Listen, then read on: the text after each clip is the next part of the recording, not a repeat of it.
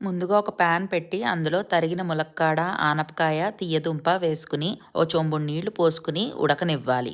దాంట్లో తగినంత ఉప్పు, పసుపు చేర్చి ఒక కప్పుడు తరిగిన బచ్చల కూర వేసుకుని దాంట్లో 2 గెరిట్ల తడిపిన మాగాయ వేసుకుని వీటన్నిటిని బాగా ఉడికించుకోవాలి. ఒక 10 నిమిషాల పాటు ఉడికిన తర్వాత ఒక కప్పులో 4 చెంచాల ఆవాలు, 2 ఎండుమిరపకాయలు, 4 చెంచాలు బియ్యము వేసి మెత్తటి పేస్ట్ చేసుకోవాలి. ఈ రుబ్బిన ఆవని ఉడికిన పులుసు ముక్కల్లో కలిపి దాన్ని ఒక 5 నిమిషాల పాటు ఉడకనిస్తే మన పులుసు రెడీ అయిపోతుంది. దీన్ని దించి పక్కన పెట్టుకుని దానికి పోపు వేసుకుందికి ఇంకో ప్యాన్ పెట్టుకుని అందులో నూనె వేసి కొద్దిగా ఆవాలు, 2 ఎండుమిరపకాయలు, కొద్దిగా ఇంగువ వేసుకుని చిటపట్లాడించి ఆ పోపుని ఎత్తి పులుసులో కలిపేసుకోవాలి.